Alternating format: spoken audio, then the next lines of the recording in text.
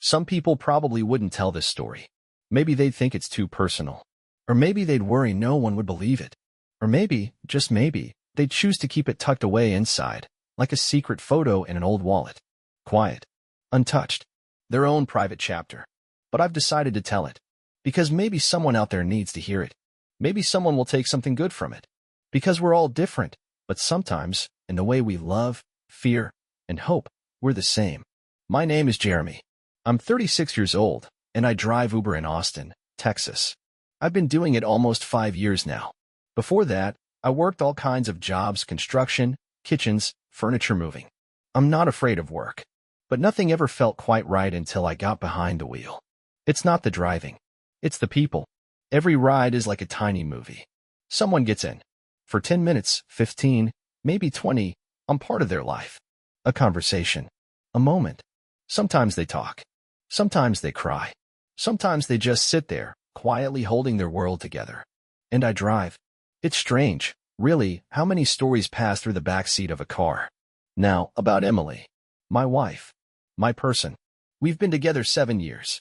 Met in the parking lot of a grocery store, believe it or not. She accidentally knocked a headlight out with a rogue shopping cart, and I was the guy who stopped to help. That was it. The start of everything.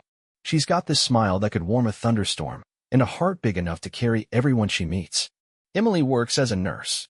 Long hours. Heavy days. But she's never stopped being kind. Never stopped showing up for her patients, for her coworkers, for me. Our life? It's not perfect. We've had our fights over dishes, bills, family. But we've built something. A little world for two. And that's what makes it real. That week was normal. I worked late shifts, she had rotating nights. We were passing ships, mostly sharing coffee in the mornings, kisses at the door, texts between patients and passengers. I missed her. But I never doubted her. Not for a second. Then one night, I picked up a mom with 2 little boys, maybe 7 or 8. They were loud, eating fries, climbing over each other in the back. One of them was singing something that sounded like Old Town Road, but with the lyrics completely wrong. I laughed. Their mom looked exhausted but sweet, the kind of woman you know is doing her best. They got out near a Target. Left behind some trash, 2 Coke cups in the holders, a crumpled napkin. No big deal. I figured I'd stop for gas, clean up, stretch my legs. I pulled in, parked near the vacuum station, stepped out, opened the back door, and that's when I saw it. Between the seat and the cushion, something pink. I reached down and pulled out a small, glossy card. A heart on the front, drawn in lipstick. Inside, in neat handwriting, "Want to take a hotter ride? Handsome? Call me. I get lonely at night." Underneath, a phone number. And below that, written in smaller letters, "Yours, Mary." There was a date. Yesterday. I stood there, holding the card, staring at it like it might explode. My first thought was, no way. It couldn't be from the kids. It wasn't old. It wasn't worn. This had been placed there on purpose. I looked around like someone might jump out and yell, "Gotcha." But the parking lot was still. Quiet. Just me and a note from a stranger. And in that moment, I felt the world tilt just a little. Because this was more than litter. This was a message. And I had no idea what to do with it. I sat in the car, still parked at the gas station, holding that pink card like it was a live grenade.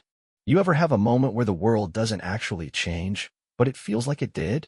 That's what this was. A little note, a splash of lipstick, and suddenly I wasn't just driving people around anymore. Suddenly, I was standing at a crossroads I didn't ask for. It wasn't about the message itself. It was what it represented. Some stranger, Mary, had apparently decided that I was worth flirting with, that I looked like someone she'd want to take a hotter ride with. And she left a piece of that choice on my backseat. Here's the thing. I love my wife. Truly. I don't just say it. I live it. I wake up next to her and feel like I'm still the lucky one. She doesn't need makeup or perfect lighting, she just is. She's real. And she's mine. But this card? It made me pause. Not in a tempted way. Not like, ooh, what if I called? No. It made me pause because I realized the world doesn't care that I'm married. It doesn't care about 7 years of love and struggle and growth. The world will still test you. At a gas station. After a long shift. When you least expect it. I put the card on the passenger seat and stared at it. A couple minutes passed. Then I picked up my phone. No, I didn't call her. I didn't even want to. But I typed a message to the number. Hi, Mary. Not sure if you meant to leave that card, or if it was a joke. But just so you know, I'm married. I have a wife I love deeply. I hope you find what you're looking for someday, and I wish you all the best. I hit send, closed the thread, took a breath. Then I crumpled the card and tossed it in the nearby trash. It hit the edge and dropped straight in. Kobe, I muttered. Kobe Bryant of loyalty. The next couple of days passed without incident. Work was normal. People were people. Everyone wanted to get somewhere. Work, gym, brunch, their exes to pick up a hoodie. Same old. Emily was normal too, but also not quite. She smiled like always, asked how my day was, kissed me goodbye. But there was something behind her eyes. Like she was watching me closer than usual. Like she was waiting for something. At first I thought I was imagining it. But the feeling kept coming back. Little things. Her glance holding a beat too long. Her questions, not just how was your shift, but did anything interesting happen tonight? One night I tried to joke it off.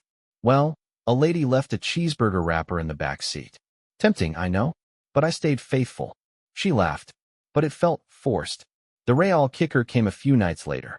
I picked up a woman from the airport, solo traveler, headphones in, business casual, roller bag. We didn't speak the whole ride. She just scrolled on her phone, barely looked up. But as she stepped out, she turned to me and said, "Cute card, by the way. Retro move. Good luck, man." And then she walked off. I sat there in total confusion. Card? What card? I was certain I'd thrown Mary's card away. No one else had left anything. My back seat was clean. But something about her tone, like she knew, got under my skin. How did she know about that? That night at home, Emily and I were watching a movie. I waited until halfway through, then muted the TV. "Hey," I said, keeping my tone light. "Something weird happened today." A passenger said something about a card, like she'd seen one in the car. But there wasn't anything there. Emily's eyes didn't blink. She just asked, "You think it was the same woman?" "I have no idea," I said. "It's probably nothing. Just strange." She nodded, smiled, and said, "Well, you told her you were married. That's what matters." Then she turned the movie back on. But my brain, it didn't turn off. On a regular day, you might not notice small things. A cup out of place. A look that lingers too long. A dinner made a little too perfect, without a reason. You brush past that stuff. Because life is full of details, most of them meaningless. But when your gut tells you something's off, those details, they start to feel like clues. After that airport ride, after the cute card comment, I couldn't shake it. I wasn't even mad. Not at Emily. Not at anyone. I just felt this buzzing under my skin, like I was missing a piece of the puzzle, and it was right there, dangling in front of me. Emily had been acting strange for days. Not cold. Not angry. Just watchful. Soft smiles. Eyes that scanned too much. The way she asked about my passengers, not curious, but strategic.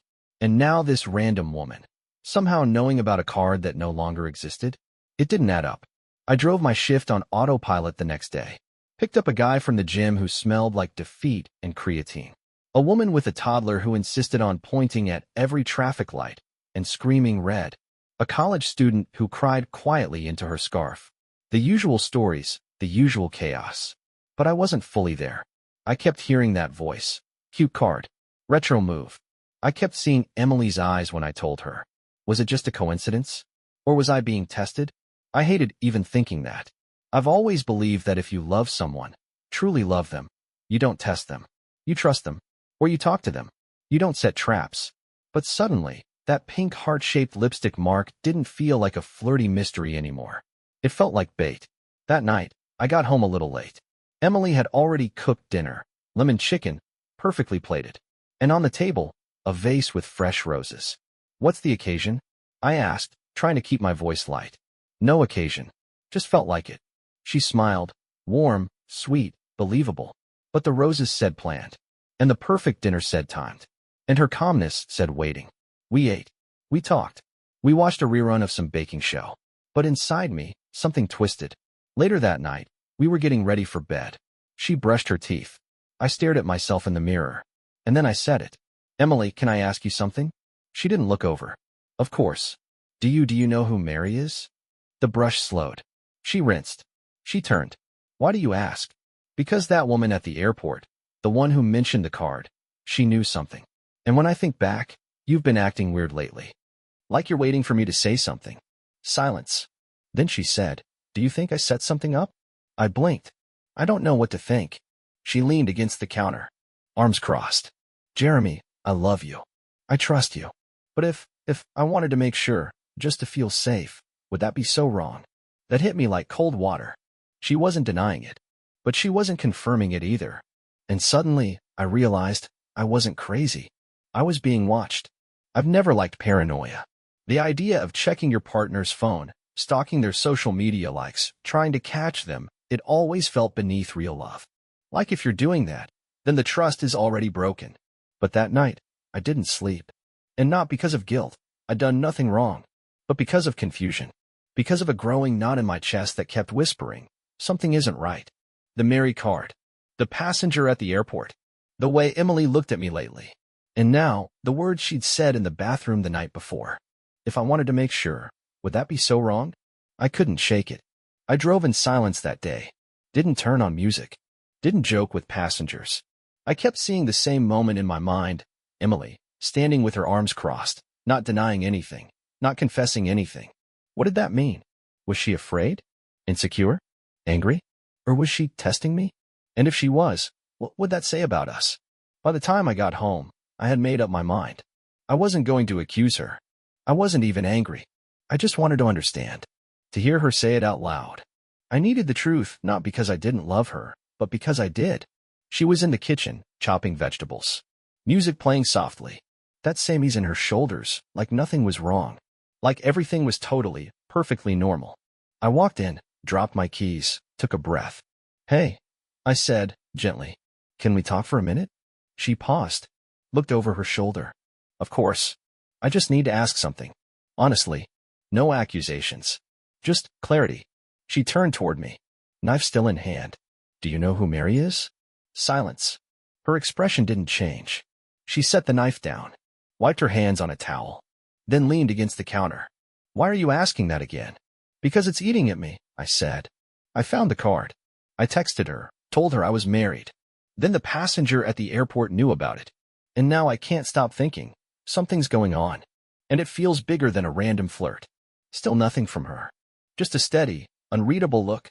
So, I pressed, was this a coincidence? Or, she sighed, folded her arms again. "What would you do if I said yes?" My heart skipped. Yes. What? Yes. That I arranged it. That Mary isn't real. That it was a test. I stared at her.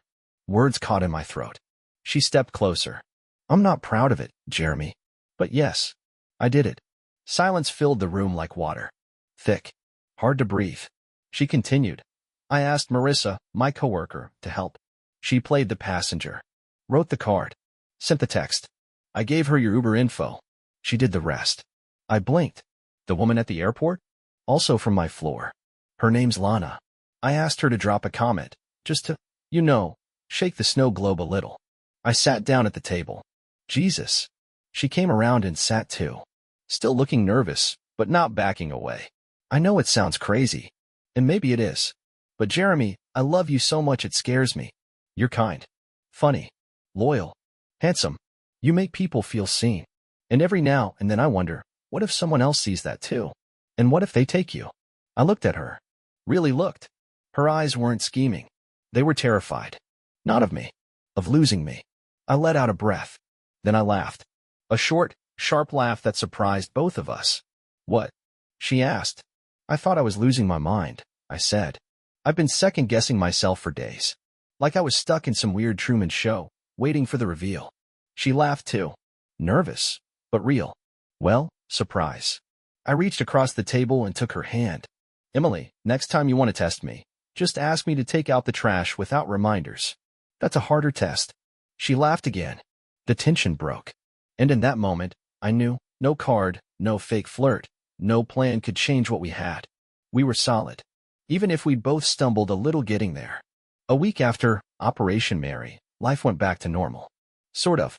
I was still driving, picking up strangers, collecting their stories like postcards. But now, everything had a layer underneath, a quiet hum, like a frequency only I could hear. Not suspicion. Not tension. Just perspective. Because once someone tests you, and you pass, the ground feels different under your feet. More solid. You realize what matters and what doesn't. I didn't bring up the card again. Neither did she. But something changed between us, and in the best way. We were gentler, more intentional. Even our silences had weight, like they meant something. One morning, Emily brought me breakfast in bed. Avocado toast, crispy bacon, perfectly scrambled eggs. She even added a slice of orange on the side like I was in some fancy cafe. What's the special occasion? I asked, yawning. No special occasion. I just wanted to remind you that you're loved. I smiled, half asleep. Well, mission accomplished. And full stomach achieved. She sat on the edge of the bed and touched my arm gently. Jeremy, thank you for how you handled everything. I looked at her, fully awake now. You mean the fake flirtation plot orchestrated by my very real wife? She bit her lip, clearly both embarrassed and amused. Yeah, that. You know what? I'm not mad. A little confused, sure, but not mad. Because in the weirdest way, it reminded me why we're still together after all these years. Why? She asked. I took a deep breath. Because even when you doubt, even when you're scared, you still want me. Not someone else's version of me. Not the idea of a perfect man. Just me, flaws, eye bags, messy hair, and all. She blinked a few times. Then smiled, that beautiful, radiant, exhausted nurse smile. Of course I do. You're my person. Even if your snoring could wake a ghost. Later that evening, we were cleaning up the kitchen when I noticed something. On the fridge, stuck under a magnet, was a small folded note. I pulled it out. Same pink paper. Same handwriting. I raised an eyebrow. Emily turned around and saw it in my hand. Okay, she said. Hands up. That one's from me. No fake names this time. I just figured. You deserved a card that wasn't a test. I opened it. Inside, written in simple black ink, to my ride or die. No lipstick hearts. No fake flirts. Just a real woman. Choosing you. Again and again. I looked at her. She shrugged. Too cheesy. I shook my head. No. Just right. That night, as we lay in bed, I felt her hand find mine under the covers. Jeremy, she whispered. Would you have ever even considered calling that number? Before you knew it was fake. I didn't even hesitate. No. Not for a second. She didn't say anything right away. Then I felt her exhale. A slow, deep release. Like she'd been holding her breath all week and finally let go. I pulled her closer. You know, you could have saved us both a lot of stress if you just said, hey babe, I'm feeling insecure. Let's talk. She laughed into my chest. Yeah, but where's the drama in that? You've been watching too many medical dramas at work, huh? Only the good ones. We fell asleep like that, arms tangled, breathing synced, the kind of silence that doesn't need filling. The kind that says, we're okay. And honestly, that's all I needed to know. About a week after everything, the card, the confession, the laughs, and the long talks, I realized something kind of funny. My car felt different. It was still the same Toyota, still had the same squeaky AC knob, and that weird stain on the back floor mat. But now, every time I got behind the wheel, I didn't just feel like a driver. I felt like a man who had been chosen. Not once, but again, and again, by someone who truly saw me. One morning, I picked up an older couple, probably late 60s. They held hands in the backseat like teenagers. The woman had a small bouquet of wildflowers, and the man kept calling her dollface like he was stuck in a 1950s sitcom. As I dropped them off, the woman leaned forward. You know, you've got a calm in your eyes. That's rare. I smiled. Maybe I've just had a good week. She winked. No, honey. That's the look of a man who knows he's loved. I drove away with my heart full. Because she was right. I was loved. And I'd never again take that lightly. That night, Emily and I sat on the porch, sipping iced tea. The Texas sunset was putting on a real show, all fiery orange and soft lavender. I looked over at her, barefoot, hair pulled back, wearing one of my oversized shirts. She looked at me and grinned. You still thinking about Mary? I laughed. Only when I want to feel like I'm in a low-budget spy movie. She nudged me with her foot. You handled that better than I expected. Honestly? So did you. You could have just asked me how I felt. But no. You went full mission. Impossible. You're welcome, she said. I made loyalty exciting. We both laughed. Then we fell quiet for a while, watching the sky turn darker. After a minute, I said, you know what I've been thinking about? What? That card. The fake one. It said, I get lonely at night. Emily looked at me, curious. I leaned in, brushed her hair back. Since I met you. I've never been lonely. Not one night. Even when we fight. Even when I'm driving until dawn. Even when you hog the blankets. She smiled. Softly. The way she does when she's holding something fragile, like truth. Me neither, she said. Even when I'm exhausted. Even when I doubt myself. You're my steady. And in that moment, I felt something settle inside me. Like a piece finally clicked into place. Here's what I'll say to anyone listening. You don't always get to control the test life throws your way. Sometimes it's a pink card on a backseat. Sometimes it's doubt that creeps in when no one's looking. But if you're lucky, really lucky, you'll love someone who's willing to fight for you. Even if they go about it all wrong. Even if it involves fake passengers and lipstick hearts. Because that kind of love? It's messy. It's human. It's honest. And it's worth everything. So if someone ever tries to test your loyalty and you pass, don't get angry. Take their hand. Look them in the eye. And tell them the truth. You didn't need to test me. I was already yours. The end.